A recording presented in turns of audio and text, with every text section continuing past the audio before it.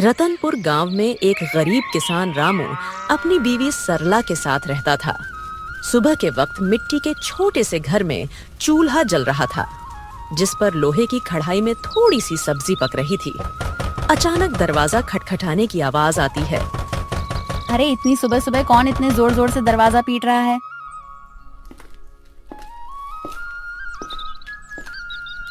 दरवाजा खोलते ही सेठ हरीलाल गुस्से में लाल पीला खड़ा था, जो कि बहुत लालची और चालबाज है। वह हर किसी से 2 गुना ब्याज वसूलता था। रामू, बहुत हो गया तेरा नाटक। मेरे पैसे कहाँ हैं? सेठ जी, कल ही तो मैंने आपको पूरी रकम दे दी थी और पूरा हिसाब पक्का कर दिया था, और मैंने आपके पुराने पैसे भी कब के लौटा दिए हैं। देर की वजह से तेरा ब्याज बढ़ गया है। अब वो उधार तुझे 5 गुना ब्याज के साथ लौटाना होगा। 5 गुना? सेठ जी, ये तो अन्याय है। मैंने मेहनत करके ब्याज सहित पूरे पैसे चुका दिए हैं। मैं गरीब आदमी इतना भारी ब्याज कैसे दे सकता हूँ? ज्यादा जुबान मत चला। अगर पैसा नहीं दिया ना तो तेरे घर का ताला तोड़कर बर्तन कपड़ा सब उठा ले जाऊंगा। तेरी बैलगाड़ी भी बेच दूंगा। सेठ जी, गरीब का खून चूसकर आपको क्या मिलेगा? हमारे साथ ऐसा मत करिए। इतना ज्यादा ब्याज मैं नहीं दे पाऊंगा। पैसे तो तुझे देने ही पड़ेंगे। देख लूंगा मैं तुझे। याद रखना रामू, हरीलाल से पंगा लेना आसान नहीं है।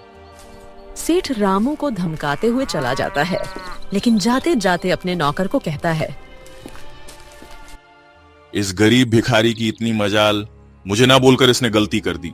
इसे तो सबक सिखाना पड़ेगा ताकि गांव में बाकी गरीब भी डर में रहे। आप बताइए, ये जिंदगी कब बदलेगी? रोज रोज 2 वक्त की रोटी के लिए जूझना पड़ता है।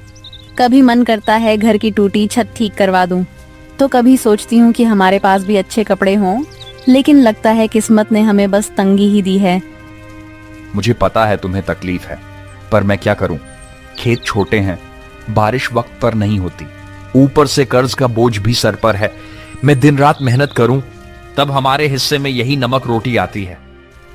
मेहनत? हाँ, मेहनत तो आप करते हैं, लेकिन भगवान हमारी सुनता ही कहाँ है। लगता है जैसे भाग्य ने हमें इस गरीबी में ही सड़ने के लिए भेजा है। सरला ने आह भरी, पर चुपचाप सब्जी पकाने लगी। कमरे में सन्नाटा था। रामू ने मन ही मन ठान लिया, आज खेत में चाहे जान निकल जाए, पर घर लौटकर कुछ ऐसा लाऊंगा जिससे सरला के चेहरे पर मुस्कान आ जाए। रामू को नहीं पता था कि आज का दिन उसकी जिंदगी की सबसे बड़ी कहानी की शुरुआत करने वाला है। सुबह के वक्त रामू खेत जाने के लिए घर से निकल रहा है। सुबह की हल्की हल्की धूप खेतों पर पड़ रही थी। सरला के मन में आज कुछ हलचल सी चल रही थी। रामू रोज गांव के बीच से होकर जाने वाला रास्ता मंदिर के पास से गुजरता था। रामू रोज इसी रास्ते से जाता था, क्योंकि यही सबसे छोटा और आसान रास्ता था। मंदिर में उस वक्त बस पुजारी ही थे जो सफाई कर रहे थे। प्रणाम पंडित जी, कैसे हैं आप? तबीयत ठीक है ना आपकी? हाँ बेटा, सब अच्छा है। भगवान का आशीर्वाद तुझ पर हमेशा बना रहे। पुजारी से बात करके रामू अपने खेत की तरफ निकल जाता है। उसी शाम गांव का सबसे अमीर सेठ हरीलाल अपने नौकर के साथ बैठा था। वह बहुत लालची और चालाक था। उसके मन में एक खतरनाक योजना पनप रही थी। सेठ हरीलाल अपने बड़े से घर में खाट पर बैठा पान चबा रहा था। पास में उसका नौकर कालू खड़ा था। अरे कालू सुन, मंदिर के गहनों को देखकर मेरा जी ललचा गया है। कल रात मंदिर में जो सोने चांदी के गहने हैं ना, वो मेरे घर में होने चाहिए। गांव वाले मेरी इज्जत करते हैं, लेकिन पैसा और बढ़ाना है मुझे। सेठ जी, पर यह तो पाप का काम होगा। भगवान के घर से गहने चुराना अच्छा नहीं लगेगा। अरे मूर्ख, भगवान को क्या जरूरत है गहनों की? उनका क्या होगा इनसे? असली भगवान तो पैसा है, और पैसा इंसान के हाथ में अच्छा लगता है। पर गांव वाले अगर उनको पता चल गया तो? बस यही तो मजा है। चोरी हम करेंगे और इल्जाम किसी और पर लगेगा। पता है किस पर? उस गरीब रामू पर। आज उसकी और उसकी बीवी की जुबान बहुत ज्यादा ही चल रही थी। रामू, वो तो रोज मंदिर के पास से ही अपने खेत के लिए जाता है ना? हाँ, हम इसी बात का फायदा उठाएंगे। सबको लगेगा कि उसी ने चोरी की, गांव वाले पहले ही उसे तिरछी नजरों से देखते हैं। बस आज रात ही हम अपना काम कर देंगे और सुबह हंगामा हो जाएगा। तू बस ये याद रख, कोई गलती नहीं होनी चाहिए। आधी रात को हम मंदिर में घुसेंगे, गहने उठाएंगे और अपने गोदाम में छुपा देंगे। सुबह मैं खुद शोर मचाऊंगा और रामू का नाम लूंगा। कालू डरते डरते सिर हिलाता है और अपने सेठ की बात मान लेता है। रात का समय था। गांव में हर तरफ सन्नाटा था। बस कहीं कहीं कुत्तों के भौंकने की आवाज आ रही थी। उस रात सेठ लालच में अंधा हो जाता है और इस घिनौनी साजिश को अंजाम देता है। अपने नौकर से मंदिर में चोरी करवाता है। पास ही अंधेरे में एक काली बिल्ली म्याऊं करके गुजर जाती है, जैसे वो इस पाप की गवाही दे रही हो। अगली सुबह गांव के बीचों बीच मंदिर के सामने एक भीड़ इकट्ठी हो गई थी। हर कोई जोर जोर से बातें कर रहा था। माहौल में घबराहट और गुस्से की गूंज थी। अरे यह क्या हो गया? मंदिर के सारे सोने के गहने रातों रात गायब हो गए। इतना बड़ा अपशकुन, भगवान के गहने चुरा ले गया कोई। ये तो बहुत बुरी बात है। इसी बीच रामू रोज की तरह खेत की तरफ जाने के लिए उसी रास्ते से गुजर रहा था। भीड़ देखकर वो रुक गया और पास आ गया। अरे क्या हो गया भाई लोग, इतनी सुबह सुबह ये भीड़ किस बात की है? अरे रामू, तूने सुना नहीं, मंदिर में चोरी हो गई। भगवान के सारे गहने कोई उठा ले गया। रामू यह सुनकर चौंक जाता है। भीड़ में खड़ा सेठ, जो असल में चोरी किया था, वह बहुत मासूम बन रहा था।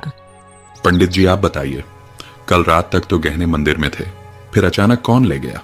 आप बताइए पंडित जी, क्या आपने मंदिर के आसपास किसी को आते जाते देखा है? आपको किसी पर शक है क्या? अरे मैंने देखा है रामू, रोज मंदिर के रास्ते से आना जाना करता है। सेठ जी, कल तक तो सब कुछ ठीक ठाक था। मंदिर के पास से तो कई लोग गुजरते हैं, लेकिन रोज सुबह सुबह खेत की तरफ जाने के लिए रामू इधर से निकलता है। मगर रामू ऐसा काम करेगा मुझे नहीं लगता।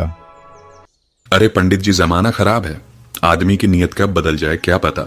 और वैसे भी जिसने किया है वो मुंह से कभी मानेगा नहीं। मैंने अपनी आंखों से देखा है। रात को जब मैं खेत की तरफ जा रहा था, रामू मंदिर के पास चुपके चुपके घूम रहा था। ये क्या कह रहे हो आप लोग? मैंने कोई चोरी नहीं की है। इतना बड़ा पाप मुझ पर मत डालो। अरे हाँ, ये गरीब आदमी है, पैसों की तंगी में है, ये कर भी सकता है ये काम। ये लोग मुंह पर अच्छे बनते हैं। अरे भगवान से डरिए आप लोग, हमने कुछ नहीं किया। हम गरीब जरूर हैं, लेकिन चोर नहीं। मेरे पति जितना ईमानदार इंसान इस पूरे गांव में कोई नहीं है। ऐसा मत कहिए, वरना भगवान आप लोगों को कभी माफ नहीं करेगा। रामू और उसकी बीवी ने बहुत समझाने की कोशिश करी, लेकिन भीड़ मानने को तैयार नहीं थी। सब रामू को ही चोर मान बैठे। रामू और सरला की आंखों में आंसू आ गए, लेकिन भीड़ में कोई उनकी सुनने को तैयार नहीं था। गांव वालों, अब तो सब साफ है। मंदिर के गहने चुराने वाला यही रामू है और ऐसे आदमी को हमारे गांव में रहने का कोई हक नहीं।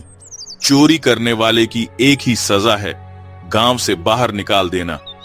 हाँ, अगर इसने मंदिर में चोरी की है तो यह तो भगवान का भी अपराधी हुआ। इसे यहीं रहने देंगे तो कल हमारे घरों से भी चीजें गायब हो जाएंगी। अरे आप सब क्यों नहीं समझते? मैं निर्दोष हूं। मैंने कोई चोरी नहीं की। मैं तो रोज के जैसे अपने खेत जा रहा था। मुझ पर इतना बड़ा इल्जाम मत डालिए। भीड़ में जोर जोर से आवाजें गूंजने लगी। निकालो इसे गांव से। भीड़ में हलचल मच गई।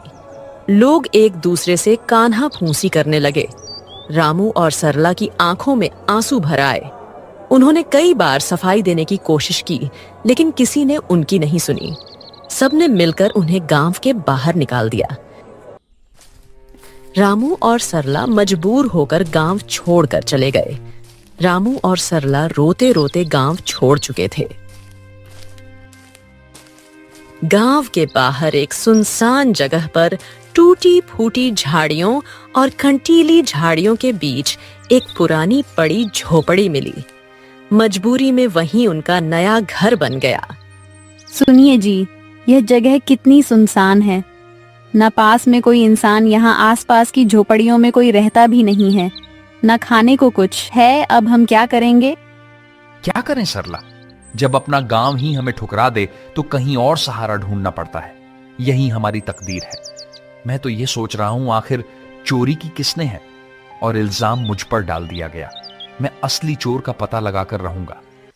दिन ढल गया। सरला रोते रोते सो गई। रामू सारी रात परेशान बैठा रहा।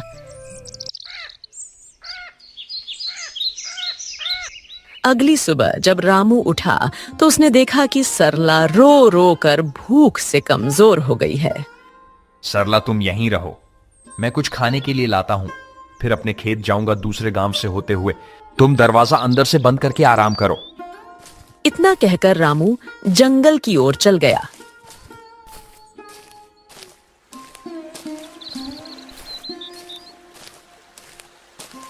रामू ने सरला को कुछ फल और आसपास की नदी से पानी लाकर दिया। रामू दूसरे गांव से होते हुए अपने खेत जाने के लिए निकल गया। अचानक घने जंगल में सामने से एक साधु बाबा प्रकट होते हैं। उनकी लंबी दाढ़ी और वस्त्र उन्हें अलग ही आभा दे रहे थे। रामू उनके पास गया। बेटा, तू कौन है? तेरे चेहरे पर चिंता की रेखाएं साफ दिख रही हैं। बाबा, मैं इस गांव का ही रहने वाला हूं, पर अब गांव वालों ने मुझे निकाल दिया है। सब लोग मुझ पर चोरी का झूठा इल्जाम लगा रहे हैं। मैंने कोई चोरी नहीं की। रामू रोते रोते साधु बाबा को पूरी कहानी बताता है। सेठ का कर्ज, गांव वालों का इल्जाम और मंदिर से चोरी की घटना। बेटा, तेरी आंखों में छल नहीं है। तू सच्चा और साफ दिल का इंसान है। तेरी पीड़ा मैं समझ सकता हूं। ये दुनिया अक्सर गरीब पर झूठा इल्जाम लगा देती है, पर चिंता मत कर, भगवान न्याय करते हैं।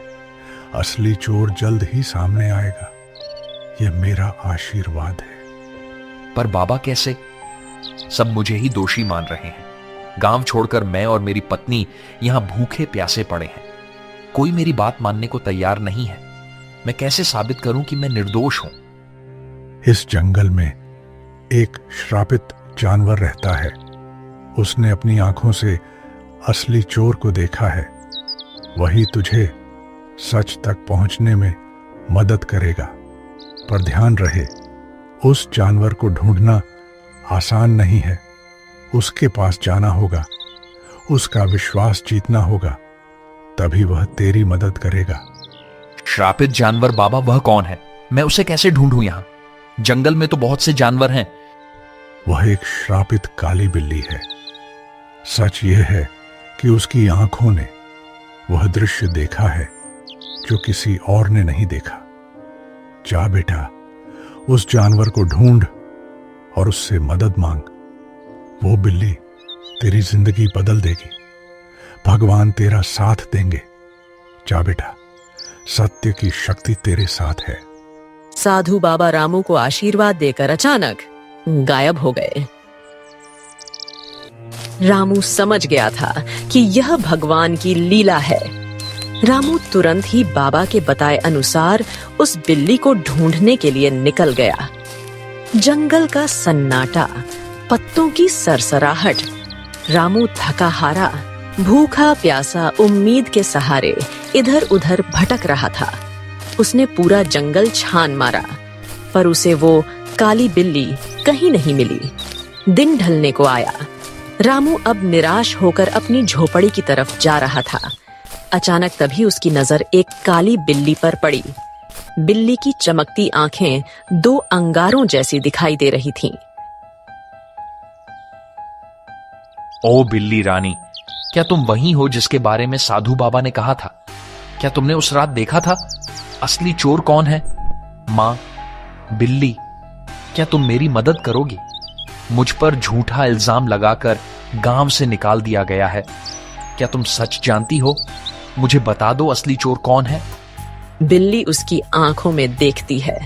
रामू का साफ दिल और अच्छी नीयत देखकर जैसे उसे सब समझ आ गया हो। अचानक बिल्ली की आंखों से एक अजीब सी चमक निकलती है और वह इंसानी आवाज में बोल उठती है।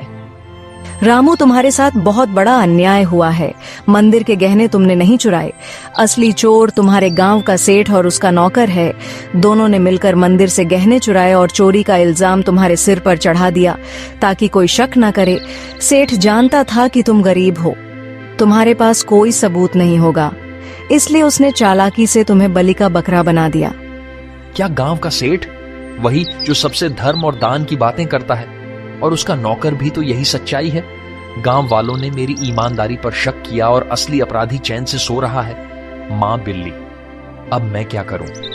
यह सच गांव वालों तक कैसे पहुंचाऊं? समय आने दो रामू, सच को कोई दबा नहीं सकता। मैं तुम्हारी मदद करूंगी। तुम मुझे कल गांव लेकर चलो। मैं वहां जाकर सबको सारी सच्चाई बताऊंगी और तुम्हें निर्दोष साबित करूंगी। रामू को बिल्ली की बातें सुनकर राहत मिलती है।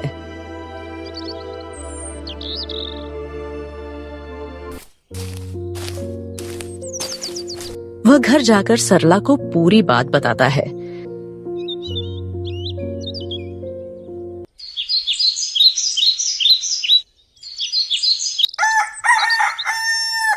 अगली सुबह रामू और सरला बिल्ली को लेकर गांव जाते हैं और सबको बुलाते हैं।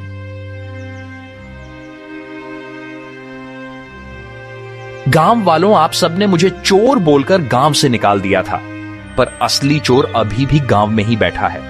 आज मेरे पास एक गवाह है जो मुझे निर्दोष साबित करेगा। गांव वालों सुनो, असली चोर रामू नहीं है। मैंने अपनी आंखों से देखा है। मंदिर के गहने सेठ और उसके नौकर ने मिलकर चुराए हैं। अगर तुम्हें यकीन नहीं होता तो सेठ के घर जाकर देखो, मंदिर के गहने वहीं मिलेंगे। अरे, यह बिल्ली बोल कैसे रही है? चलो हम जाकर देखते हैं सेठ के घर गहने हैं या नहीं। वैसे भी सेठ ही हमें हमेशा धोखा देता रहा है। बिल्ली को बोलता देख सब चौंक जाते हैं और गांव के कुछ लोग सेठ के घर जाते हैं। उनको गहने सेठ के घर में मिल जाते हैं। अब पूरे गांव में बातें होने लगी। सेठ चोर है, सेठ चोर है। सब बोलने लगे। सेठ ने चालाकी से अपने नौकर को इशारा करा और सारा इल्जाम नौकर पर डाल दिया। अरे नहीं नहीं, मैं चोर नहीं हूं। ये सब मेरे नौकर की करतूत है। उसने ही चोरी की है। मैं तो खुद हैरान हूं। झूठ मत बोलिए सेठ जी, आप सबसे ब्याज में 4 गुना पैसे वसूलते हो, अब चोरी भी करवा रहे हो। ठीक है, अगर तुम सब कहते हो तो इस नौकर को सजा मैं दूंगा, क्योंकि यही असली चोर है। मुझे इस बारे में कुछ नहीं पता था। सेठ ने पूरे गहने वापस मंदिर में रखवा दिए। अब गांव में उसकी कोई इज्जत नहीं करता है। पूरे गांव वालों ने रामू से माफी मांगी। उन्हें अपनी गलती का एहसास हो गया। सबने पूरे आदर सम्मान के साथ रामू और सरला को गांव वापस बुलाया।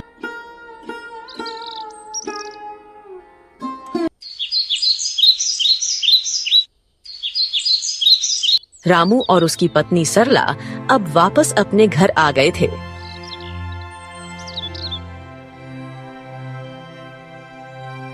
शाम का समय, हल्की ठंडी हवा चल रही है।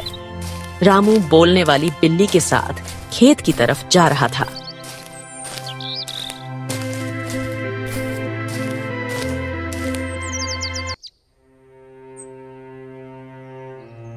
मां बिल्ली, आज अगर तुम ना होती तो मेरी जिंदगी बर्बाद हो जाती। तुम्हारे ही कारण ही मुझे इज्जत वापस मिली। तुम्हारा बहुत बहुत धन्यवाद। रामू, अब मुझे तुमसे एक आखिरी बात कहनी है। अचानक तेज रोशनी बिल्ली के चारों ओर फैलने लगती है। बिल्ली चमकने लगती है और पल भर में वह एक सुंदर अप्सरा में बदल जाती है। रामू आश्चर्य से पीछे हट जाता है। अरे ये क्या हुआ? तुम अचानक अप्सरा कैसे बन गई? कौन हो तुम? हाँ रामू, मैं एक अप्सरा ही हूँ। मुझे स्वर्ग से श्राप मिला था। मैं इस श्राप से मुक्त होने के लिए ही धरती पर आई थी। जब तक मैं धरती पर किसी सच्चे और भले इंसान की मदद नहीं करती, तब तक मैं इस बिल्ली के रूप में ही रहती।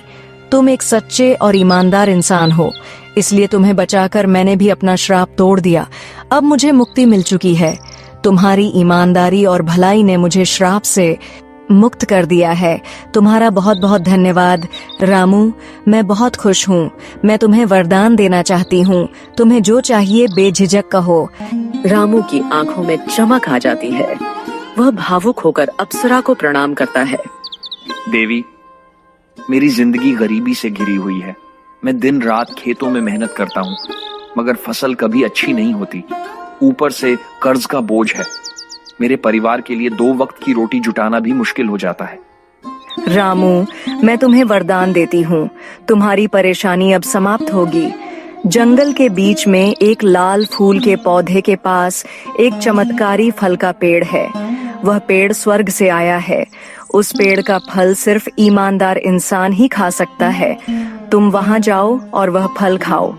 तुम्हारे खेतों में समृद्धि होगी, कर्ज मिट जाएगा और जीवन खुशहाल हो जाएगा। बस याद रखना, तुम हमेशा इसे ही रहमदिल रहना, वरना तुम्हारी जिंदगी वापस वैसे ही हो जाएगी। सुखी रहो रामू। अब मैं चलती हूँ, अपना ख्याल रखना।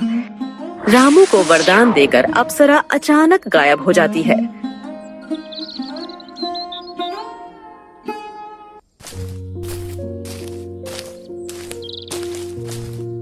रामू जंगल में चारों तरफ उस चमत्कारी पेड़ को ढूंढता है। सूरज ढलने को होता है।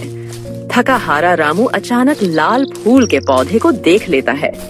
रामू धीरे धीरे आगे बढ़ता है और देखता है कि पौधे के पीछे एक सुंदर चमकदार पेड़ खड़ा है।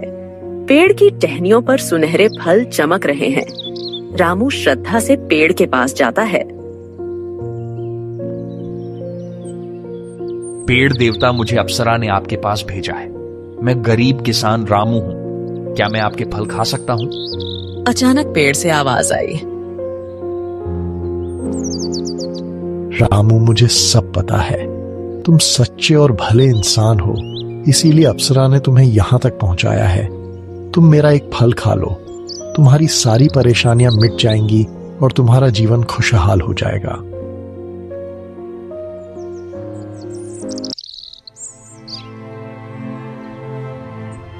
रामू पेड़ से एक सुनहरा फल तोड़कर खाता है।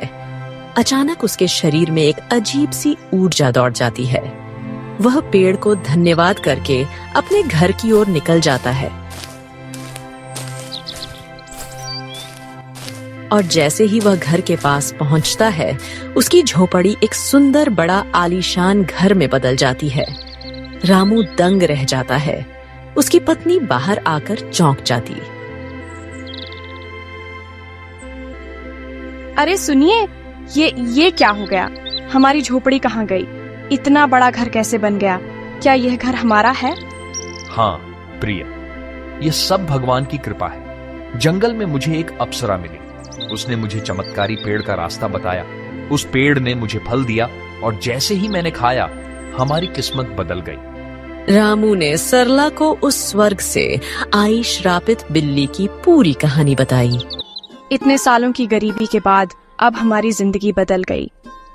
भगवान का बहुत बहुत धन्यवाद। हाँ, मगर याद रखना, यह चमत्कार हमें सिर्फ इसलिए मिला है क्योंकि हमने कभी बेईमानी नहीं की। यह वरदान हमें हमारी मेहनत और ईमानदारी की वजह से मिला है।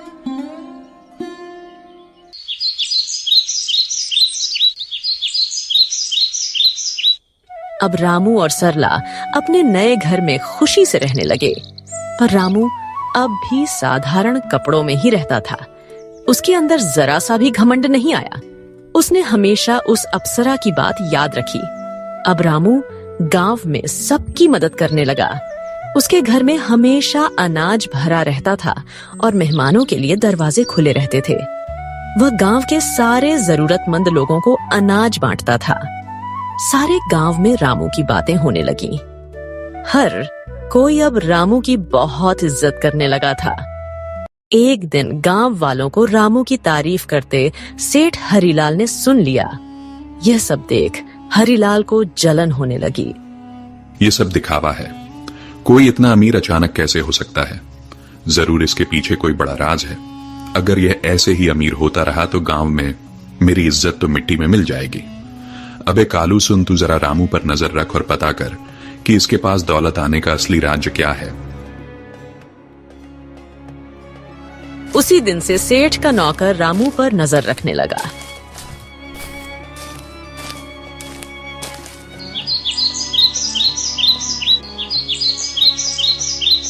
एक दिन सेठ का नौकर रामू का पीछा कर रहा था। उसने देखा कि रामू जंगल में जाकर उस चमत्कारी पेड़ से बात कर रहा है। कालू चुपके चुपके रामू की सारी बातें सुन रहा था।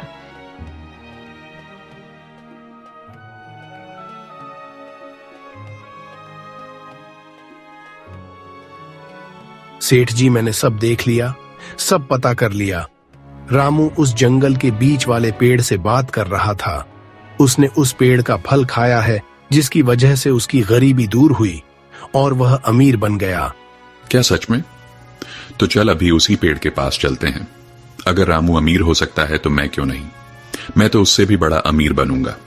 मेरे पास तो पहले से ही ताकत और पैसा है। उस पेड़ को मैं अपनी मुट्ठी में कर लूंगा।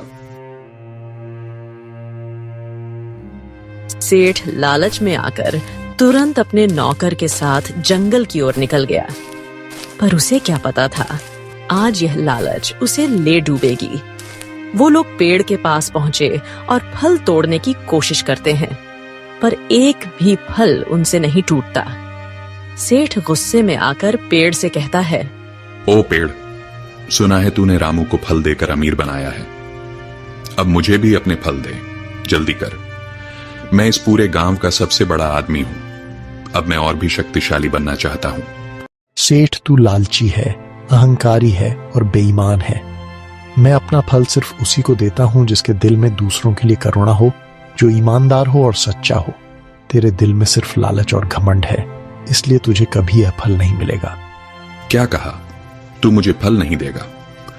अरे मूर्ख पेड़, अगर तू मुझे फल नहीं देगा तो मैं तुझे जड़ से काट दूंगा। तेरे जैसे 1000 पेड़ मैं खरीद सकता हूं मैं। अब तू देख, तुझे काट कर मैं तेरे सारे फल ले लूंगा। अबे कालू, कुल्हाड़ी उठा और इसे काट डाल। गांव जाकर उस रामू को भी आज मैं खत्म कर दूंगा। कालू भाग कर जाता है और कुल्हाड़ी लेकर आता है। सेठ पेड़ को अपने पैर से मारने लगता है और उसका नौकर कुल्हाड़ी से पेड़ काटने की कोशिश करता है, लेकिन कुल्हाड़ी लगते ही चिंगारियों में निकलती है। अचानक आसमान से बिजली गिरने लगी और तेज हवा चलने लगी। ठहरो, तुम दोनों को अपने लालच और पाप का फल अब यही मिलेगा। तुम्हें दूसरों की मेहनत और भलाई से जलन थी, अब तुम्हें इसका परिणाम भुगतना होगा। अचानक पेड़ से एक चिंगारी निकलती है। सेठ और उसका नौकर वहीं जलकर राख हो जाते हैं। सच्चाई और ईमानदारी की राह चाहे कितनी भी कठिन क्यों ना हो, अंत में जीत हमेशा अच्छाई की ही होती है। लालच और बेईमानी इंसान को कभी सुख नहीं दे सकते। भगवान भी उसी का साथ देते हैं जिसका दिल साफ हो और जो दूसरों की मदद करता है। इसीलिए हमें हमेशा नेक रास्ते पर चलना चाहिए।